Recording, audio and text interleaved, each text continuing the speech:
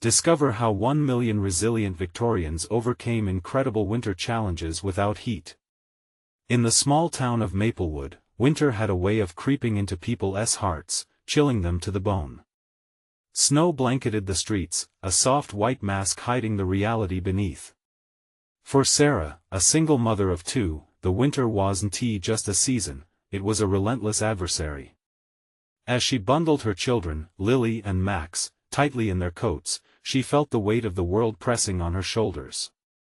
With 3 jobs and barely enough to scrape by, she braved the freezing winds, fueled by a fierce love that warmed her spirit even as her home grew colder, but this winter was harsher than before. The local lumber mill, once the lifeblood of Maplewood, had closed its doors, leaving families in dire straits, their laughter replaced by whispers of fear and uncertainty.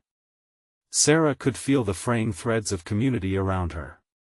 Friends who once shared cups of coffee and cozy chats now exchanged glances of judgment, the warmth between them chilling into indifference as they buried themselves in their own struggles. As the annual winter festival approached, what was meant to be a celebration of togetherness sparked division. Those who could afford to keep their homes warm became dismissive of neighbors without heat, stirring Sarah's heart into a boiling pot of anger and sadness. Every sneer, every impatient sigh, chipped away at the kindness that once united them all. The cold wasn't just in the air, it seeped into their hearts, freezing over compassion. With resolve, Sarah decided to act. She organized a fundraiser at the town hall, hoping to rekindle the flame of unity. She cleaned the hall and set up tables, ready to welcome everyone, convinced that the town would come together to help each other in their time of need. But as the night unfolded, chaos erupted. Miscommunication ran rampant. Frustrations boiled over and voices rose like the howling winds outside. Friends became foes, their raw emotions laid bare, their anchors of pride showing through the cracks. Do you want to be part of this community or not? Sarah found herself yelling over the ruckus, her chest tight with fear that she wouldn't be heard.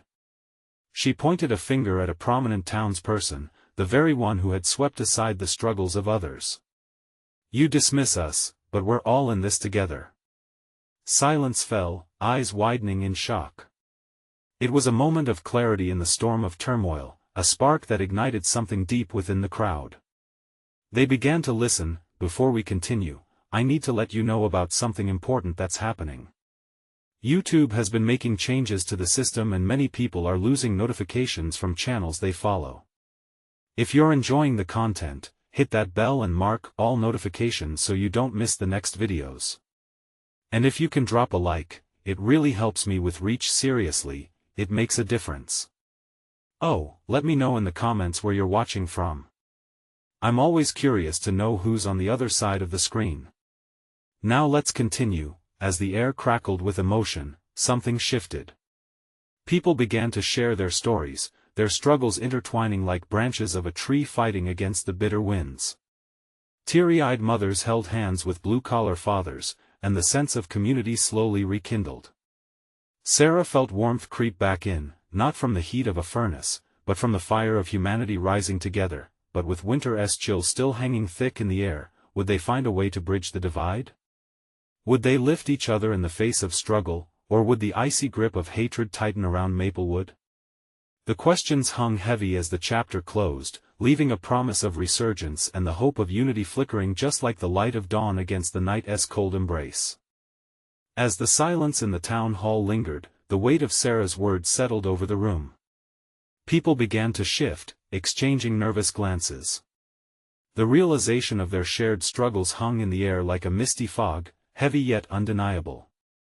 Sarah held her breath, hoping for a shift, a turn. One by one, voices creaked to life. Mrs. Thompson, the elderly lady from down the street, stepped forward. I can't afford to heat my home anymore. My social security barely covers food. Her voice wavered, and Sarah's heart ached. The crowd shifted, eyes softening as they recognized their own realities mirrored in hers. Me too, said another voice, younger yet thick with emotion. It was Kevin, a local mechanic, his hands calloused from hard work but his pockets empty. I'm a single dad of 3. I don't know how I'm going to keep them warm. In an instant, the floodgates opened. Stories spilled forth like the melting snow, each one illuminating a part of their shared experience. The frustrations over gas bills, the anguish of empty fridges, the desperate searches for extra layers of clothing. The walls that had been erected around their hearts began to crumble, piece by piece. As the voices harmonized in vulnerability, Sarah felt tears prick the corners of her eyes. This was at the moment she had worked for, the slivers of hope pushing through the ice of despair. "Let us share resources," Sarah proposed, her voice steadier now. "We can create a list of who has firewood, blankets, and extra clothing to share. We can organize community meals so nobody has to eat alone or worried about bills." Hope surged as people nodded their agreement, but amidst this wave of cooperation, Sarah caught sight of Mr. Jennings, the town's once respected mayor, seated in the back corner, arms crossed, face hard as ice. For so long, he had turned a blind eye to the struggles faced by the less fortunate. The thought struck her, was he ready to join them in this newfound unity? Taking a breath, Sarah looked directly at him. "Mr. Jennings, we need you.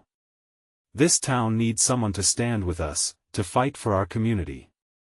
Will you help us?" The moment hung between them, charged with anticipation. The murmurs around the room quieted. Sarah's heart raced. Would he deflect? Would he dig in his heels? Just then, he uncrossed his arms and sat up straighter, the glimmer of recognition flickering in his eyes. I don't know what to say," he began, a slight tremor in his voice. "I've been caught up in my own challenges. But I see now this isn't just about me." The tension shifted as he seemed to soften, the weight of his defenses easing. The crowd leaned in, breaths held, hearts daring to hope, but before he could continue, the sound of a child's laughter echoed from the doorway. A little girl, bundled in a too-big coat, her cheeks red from cold, entered with a small box in her hands. "Look, everybody. I brought cookies for everyone." The levity her innocent gesture brought fractured the seriousness for an instant. Laughter erupted as people crowded around her, taking cookies and exchanging smiles. Yet Sarah felt the weight of what was still unspoken, the hard truths that had yet to be confronted. As people began sharing cookies and stories alike, she could sense that though the walls were breaking, it would take more than cookies and dreams to warm their town. Would Mr. Jennings step forward as an ally? Would their newfound spirit of community withstand the challenges to come? Just as the laughter swelled around her, a gripping question loomed: could they sustain this moment of unity long enough to face the long, dark winter still ahead? With hope igniting in their hearts, they stood at the brink of change, but uncertainty still beckoned on the horizon. What would the future bring for Maplewood and its residents? The laughter in the room softened, illuminating the faces of the residents as they shared cookies and stories. Even in their shared vulnerability, there was a spark of life, a recognition that they were not alone in the dark. But just as quickly as joy bloomed, the realities of their situations rushed back like a cold wind. Sarah's heart raced with fear and hope.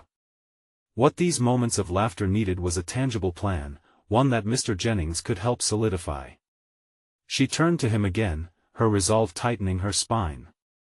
This could be the start of something meaningful. We can hold weekly meetings, get local businesses involved, reach out to nearby towns for help.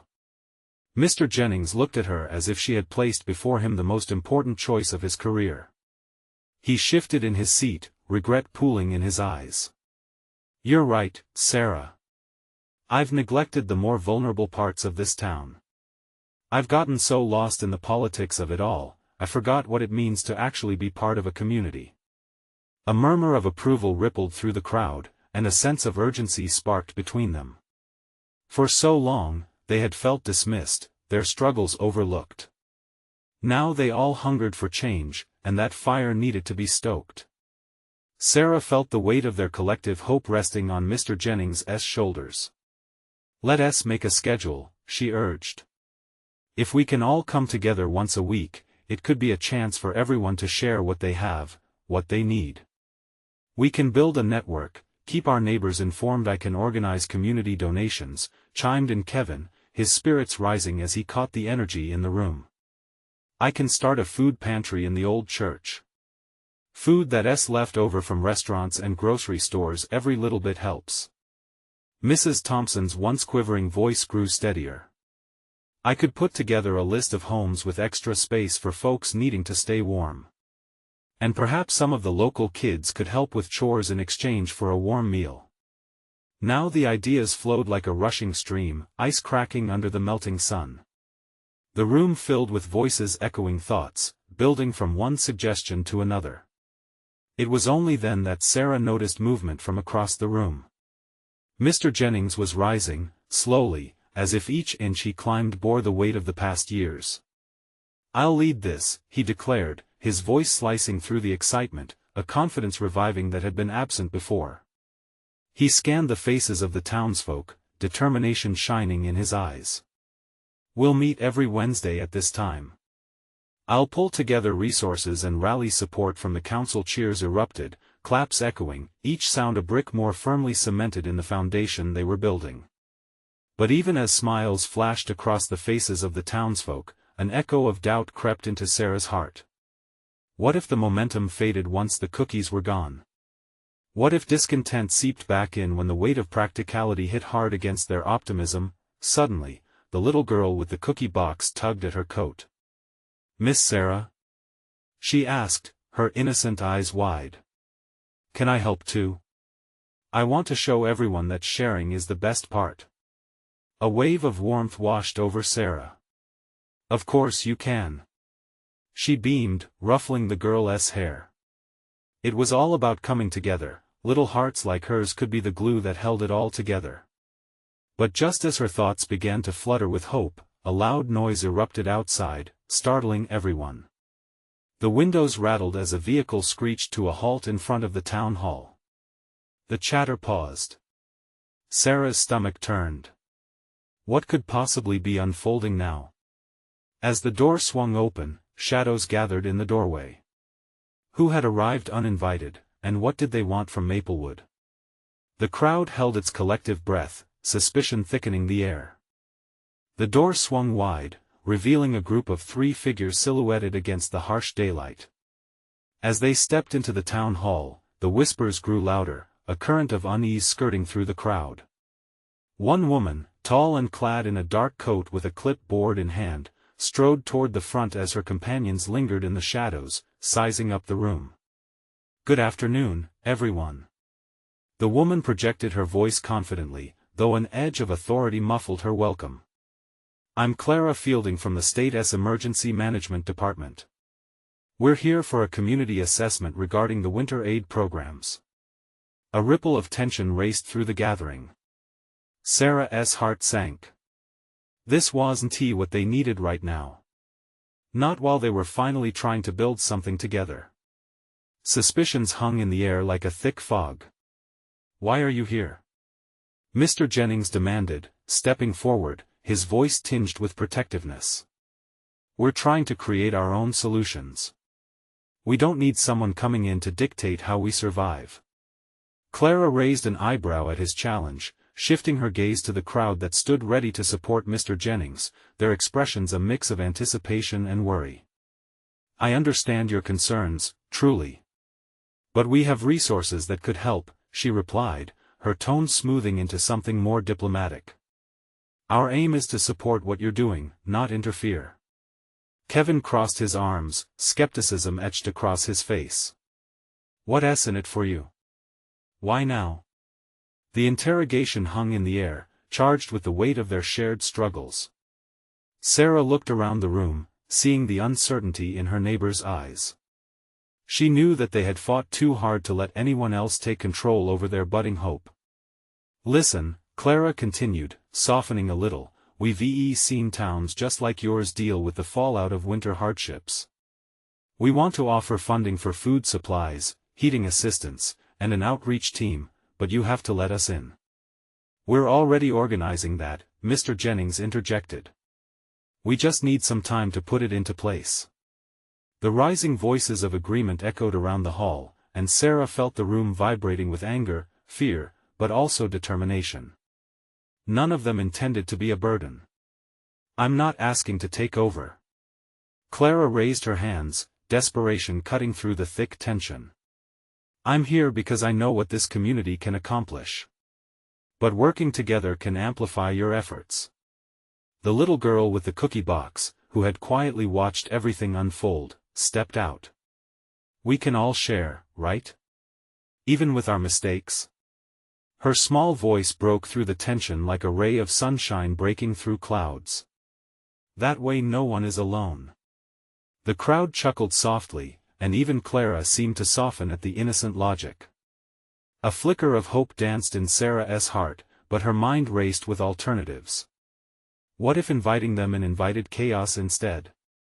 Let us take a vote, Mr. Jennings suggested, glancing at Sarah with unyielding resolve. We can decide together how best to move forward.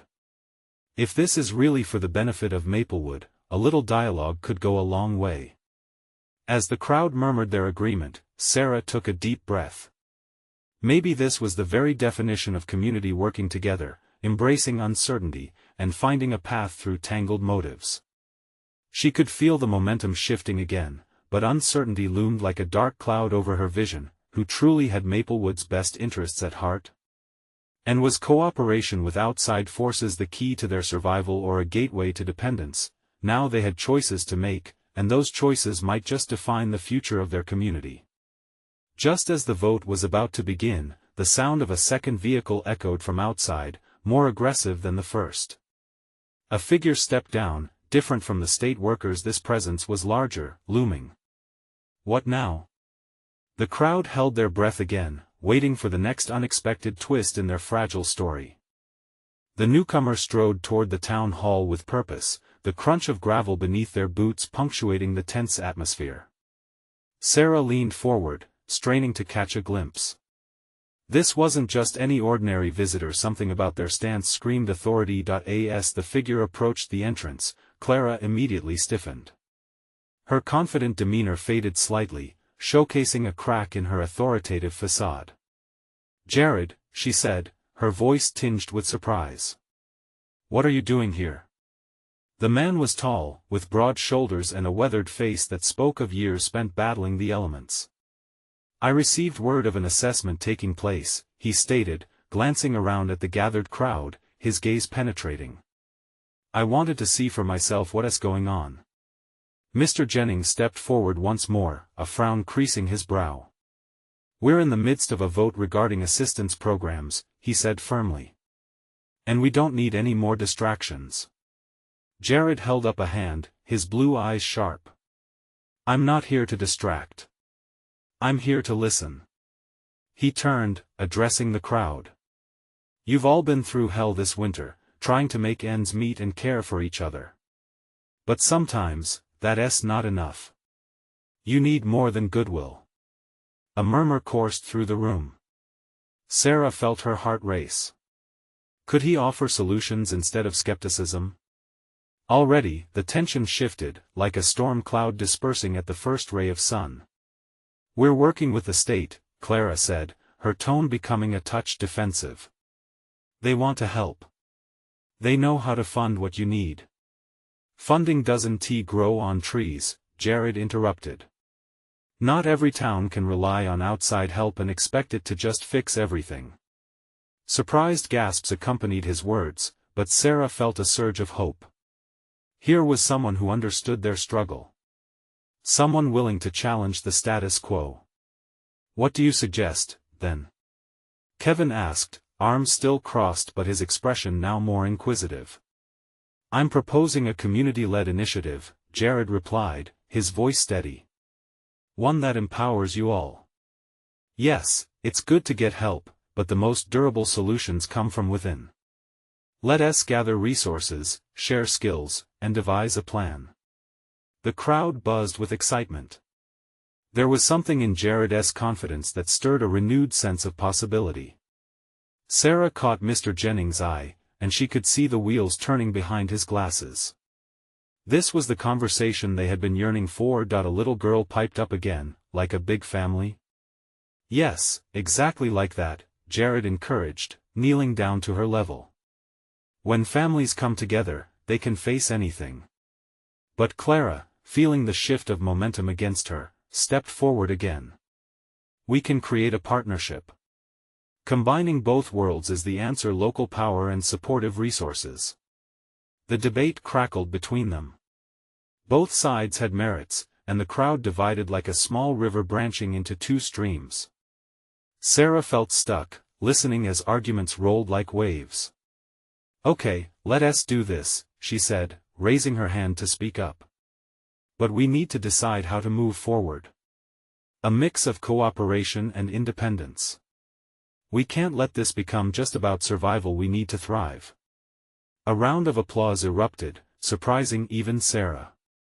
She could feel her heart pounding in her chest, recognizing the collective urgency and power. Just as the crowd grew more animated, the sound of sirens rang out in the distance. Faces turned pale, twisting with concern. "What now?" murmured Kevin, eyes wide. Was the wave of change they so desperately needed about to be washed away by another storm? With a gaze fixed on the road, Sarah could sense deep apprehension swelling around her. The true battle for Maplewood was unfolding, and it was one that would test not just their resolve but their very essence. What was on the horizon that could steal away their new flame of determination? The sirens wailed like an unwelcome reminder of the chaos that often found its way into their small town. The pitch rose and fell, a jarring discord that hung in the air. Sarah's heart raced, and she instinctively looked to Jared, gauging his reaction. He remained steady, his expression resolute, but even he couldn't mask the flicker of worry that crossed his brow. Clara, losing her grip on the debate, turned to the doorway, her face tightening. "It's probably just a routine check," she tried to assure the crowd, but her voice lacked conviction. The murmurs grew louder as people exchanged worried glances. "Let us not jump to conclusions," Mr. Jennings added, but his own voice trembled slightly. "We're in the middle of an important discussion. We need to stay focused." Yet the sound of the sirens lingered, wrapping around them like a suffocating blanket. Sarah shook her head, trying to shake off the tension. "What if it's something serious?" she whispered to Kevin, who leaned closer, eyes wide. "Like a fire?" he suggested, his fear rising. The prospect sent a shiver down her spine. Maplewood had been through enough. Jared took a step forward, his posture commanding attention. "Everyone, please. Let us center ourselves. I believe we can gather to understand what is happening." With a nod, he gestured toward the exit as if inviting them to join him in solidarity. People began to move, some hesitantly. Others, like Sarah, were compelled by a sense of urgency to find out what lay beyond the walls of the town hall. As they filed outside, the winter air cut sharp against their skin, a stark contrast to the heated discussions moments before. The crowd thinned as more people approached the road, eyes searching, hearts pounding. Sarah strained her neck, seeking answers. A fire truck roared past, followed by an ambulance, the red lights flashing against the dusky sky. The scene brought a surge of adrenaline that propelled her feet forward, directing her to the edge of the crowd, where she could see better. "What happened?" a voice bellowed, coming from Mr. Jennings, who stepped aside from the group surrounding him. A moment later, a neighbor rushed forward, breathless. "There's been a collapse at the old mill." Gasps echoed, and Sarah felt the weight of dread crush down on her. The mill held decades of history for Maplewood, a place many adults had worked and children had played. The significance of it being in danger was immense. Jared moved swiftly through the throng, his height allowing him to scan the crowd. "We need to establish a plan and start a team to assist," he called out, his voice cutting through the mounting chaos.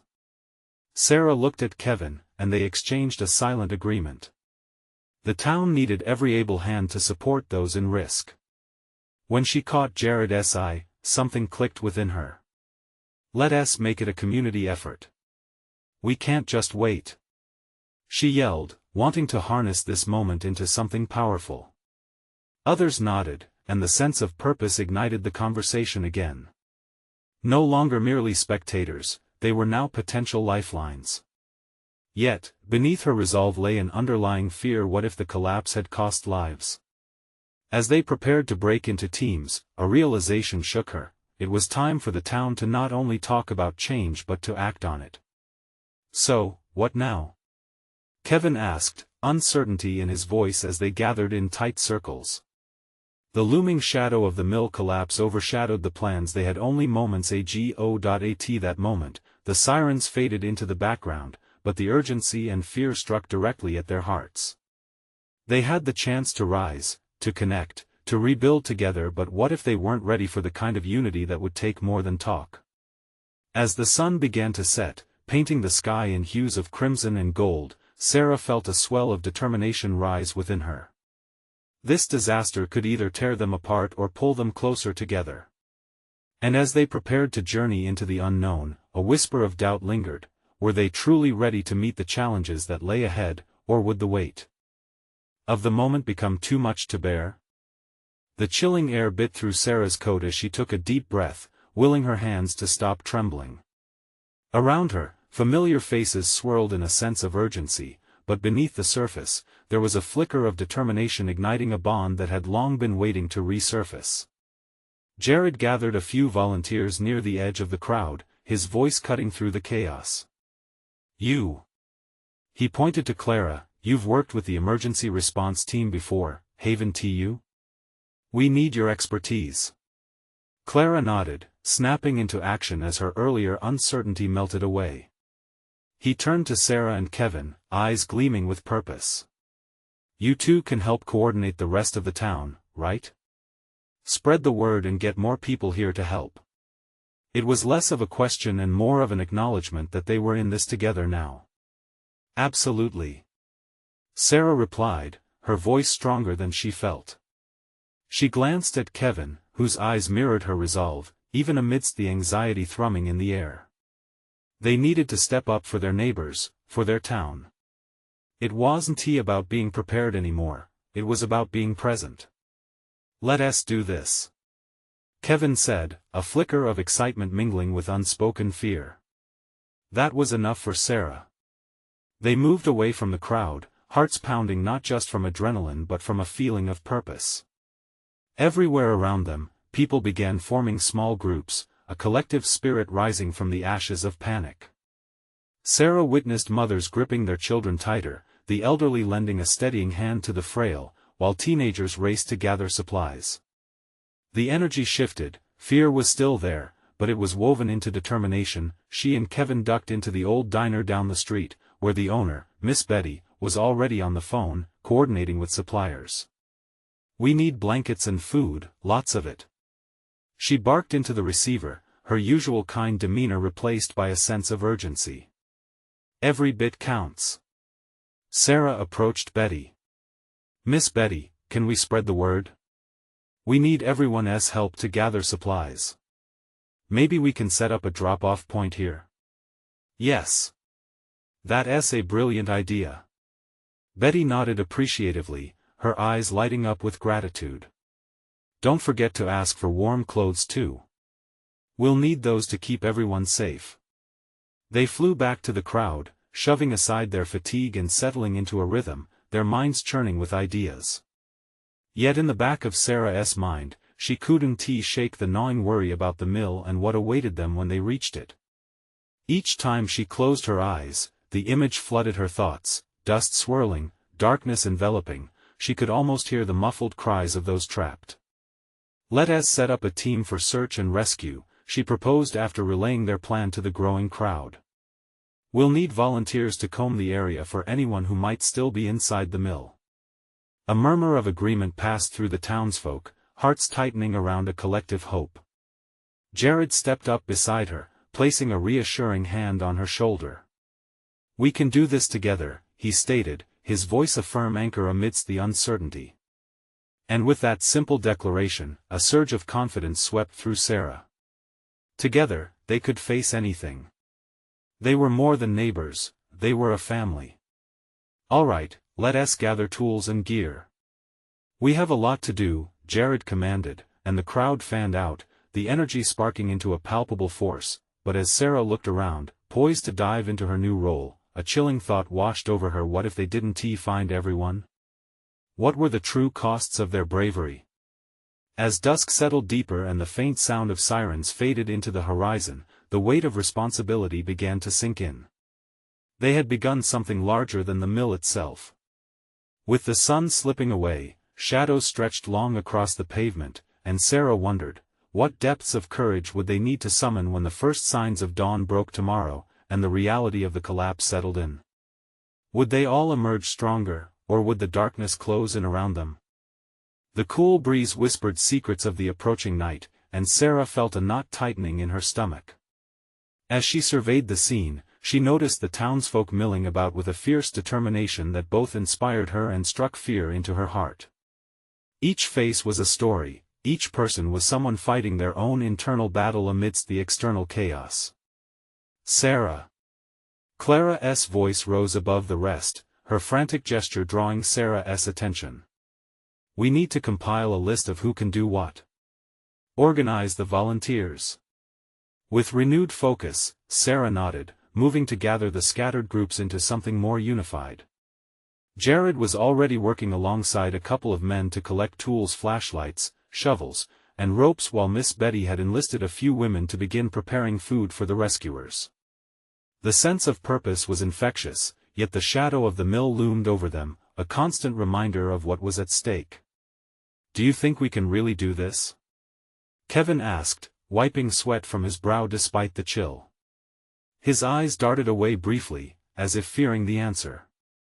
We have to believe we can, Sarah replied, firming her grip on her resolve. If we don't, then what's the point? She saw his uncertainty fade slightly, replaced by a cautious optimism. Together, they moved through the crowd, rallying people to tap into their skills. You used to be a firefighter, right? Sarah beckoned to a man named Dave. We could really use your expertise. Yeah. Dave replied, his smile breaking through his initial worry. I'll lead the rescue team. Let us find out who's still trapped in that mill. The unity of purpose was electric, sparking in waves as people began prioritizing their talents, hoping to convert their fear into action. One by one, individuals stepped forward, offering to help in any way they could, a painful yet beautiful reminder of the strength found in community. Yet, deep inside, the gnawing fear stirred.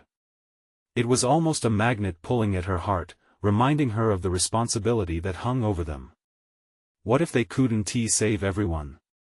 What if they faced failure when dawn broke, confronted with the truth of their limits? As they began listing names, Sarah noticed Clara had gone pale, staring blankly at the list. What if we can't reach them in time? She whispered, her voice cracking. It was the question they had all been tiptoeing around, the fear that sat like an unwanted guest at the dinner table. Then we will make sure it was not for nothing, Sarah said, trying to sound strong, but the tremble in her voice nearly betrayed her. We will honor them by doing everything we can. Clara blinked, a tear sliding down her cheek. How do you stay so brave? Because I know we're doing this together, Sarah replied, swallowing hard. She understood the weight of those words. She was trying to convince herself as much as Clara. Nightfall draped the town in shadows, the only sounds being murmurs of hope and the rustling of supplies. The search teams, stacked with a growing sense of urgency, prepared to head out. Jared's loud call for attention cut through the quiet, drawing the community back together. All right, team. This is it. It's time for action. But remember, stay close, and watch out for each other. He gave a searchlight a flick, illuminating their faces, each one now a determined part of a larger whole. As they set their plan into motion, Sarah clutched her coat tighter, a fragility creeping back in. Her heart raced not just with trepidation but anticipation as well. Did they have what it took? Could this bond they were forging withstand the weight of the night and all its uncertainties? Hope and fear danced inside her, but as she glanced around and connected eyes with the smiling faces of her friends and neighbors, she felt a pulse of strength swirling amongst them. And just like that, a glimmer of hope flickered. But what wonders were waiting on the other side of tonight's struggle? Would they emerge transformed, or would they find themselves broken by the events to come? The air was electric as the teams began to disperse, each group carrying its own collection of fears and hopes. Sarah moved with purpose, her feet finding rhythm on the gravel path that led to the mill. The shadows danced around her, cloaking the landscape in uncertainty, but she set her jaw, steeling her mind for the task ahead. Jared's voice echoed in her ears, each word a drumbeat urging them on. Stay close, watch each other. But how could they all stay close when the night stretched endlessly, and the mill loomed like a massive, breathing beast in the dark? The first team to head out included Jared, Clara, and Dave. Each face held a mix of dread and resolve as they gathered around the entry point of the mill. The sight of it sent chills down Sarah's spine. It was the heart of their town, but tonight, it felt like a tomb. Stay strong, everyone, Dave called out as they approached. He surveyed the entrance, assessing the situation with a firefighter's eye. We should establish a perimeter just in case. Keep watch for any shifting debris. Clara's eyes wandered, searching for something hope, maybe. But fear washed over her like a tide, the expression on her face betraying her bravery. What if they don't hear us? She said, her voice barely above a whisper. What if we can't find them? We will find them, Sarah said, surprising even herself with the confidence in her voice. If anyone's in there, we won't stop until we bring them back. Each word hung in the air like a promise. As if they were a spell cast upon the group, the sense of purpose invigorated them, every inch of doubt held at bay, if only for the moment. Minutes started to tick by slowly, the weight of the darkness pressing in. Sarah kept glancing back toward the community gathering, where others were arriving to keep vigil outside the mill, lighting lanterns and murmuring assurances. She caught sight of Kevin tending to Miss Betty, who was handing out food. There was warmth amongst them even in the bleakest of situations. In a moment of quiet, a low rumble echoed from the mill's core, followed by a muffled cry that cut through the night like a knife. Hearts raced and bodies tensed, uncertainty clawed at their insides. Did you hear that? Clara gasped. It came from inside, Jared muttered, his voice strained. We need to move. As they prepared to step forward, Dave took a deep breath, waving over his shoulder to the other rescuers. Everyone, will split into pairs. Clara, you stick with me. Sarah, you and Jared cover the back entrance just in case we need to divert. Got it, she replied, trying to maintain her composure. Stepping inside, the darkness consumed them. The air was thick, laced with the smell of damp wood and the metallic tang of fear. The beam of Jared's flashlight danced across crumbled machines, fallen rafters, and bags of flour that had scattered like forgotten memories. Their hearts pounded in unison, echoing like a drum in the stillness. Hello? Is anyone in here? Dave shouted, desperation weaving through his voice. Silence answered for what felt like an eternity, and then they heard a faint tapping from deeper inside the mill, a heartbeat against the still air. Over there. Sarah pointed, adrenaline surging through her as she rushed toward the sound, not thinking, not hesitating. But, as she took that first step, an unsettling creak overhead sent a shudder rippling through her. With the mill's integrity hanging by a thread, they could either chase the sound or risk being trapped themselves. What decision would they make when the danger revealed itself? Would they summon the courage to save those in need, even if it meant risking everything? As Sarah's feet sprinted toward that echoing sound, her heart hammered against her chest. Time slowed, each beat thudding a reminder of what was at stake. Jared's voice sliced through the tension. Sarah, wait. But she couldn't stop. She was propelled by determination, fueled by the faces of her neighbors, by the very notion of community that they'd fought to rebuild. They reached a narrow corridor dimly lit by flickering beams of light, shadows dancing like restless spirits. The tapping grew louder, urgent and pleading. Each footstep took her closer to the source of panic, but a gut-wrenching sensation gnawed at her. What if they were too late?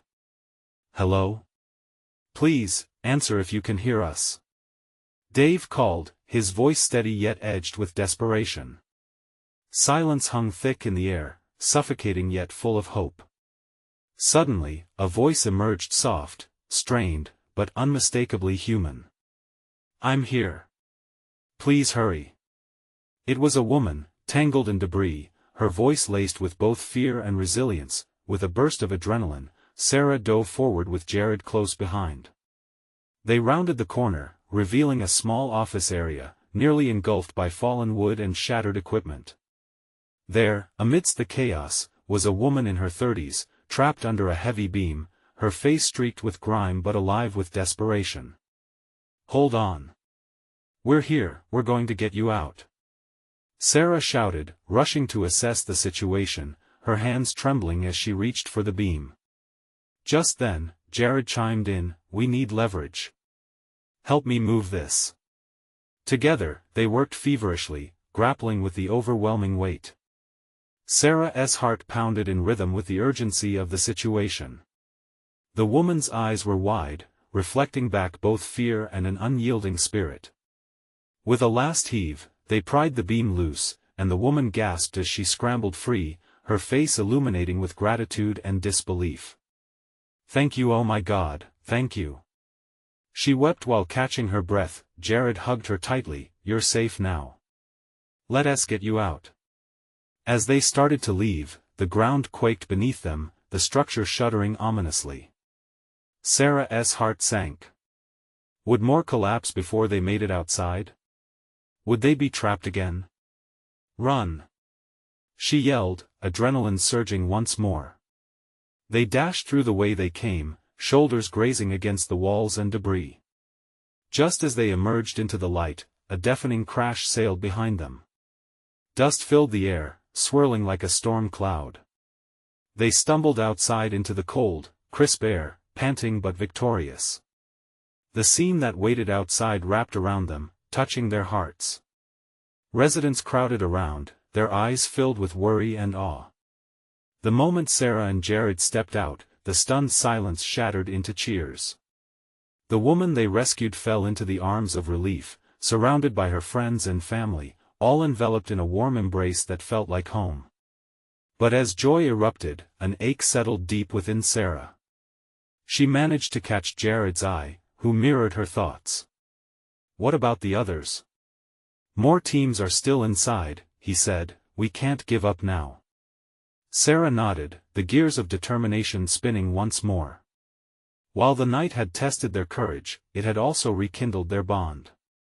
They could do this together, not just for their town, but for each other, for their families. They wouldn't walk away.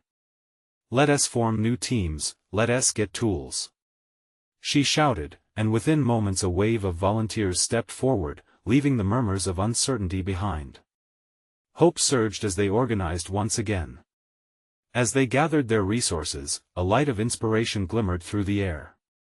Sarah took a breath, feeling the spirit of community lift them, stronger than the bitter wind that cried around them. They were more than individuals, they were Maplewood.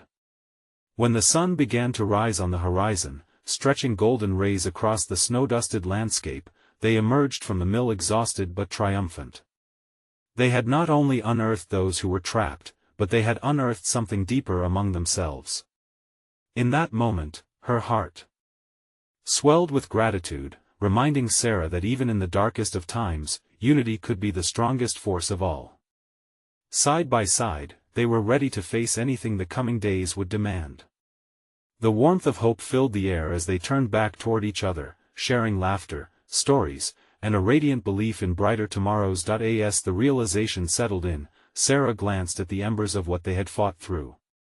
They had become a family forged in adversity, ready to rebuild together, turning the page from despair into hopeful beginnings. But they knew this was just the start. Their story had just begun, and as dawn broke, the future sparkled with possibilities, lighting the way for Maplewood's resurgence. Now, let us make a call to action.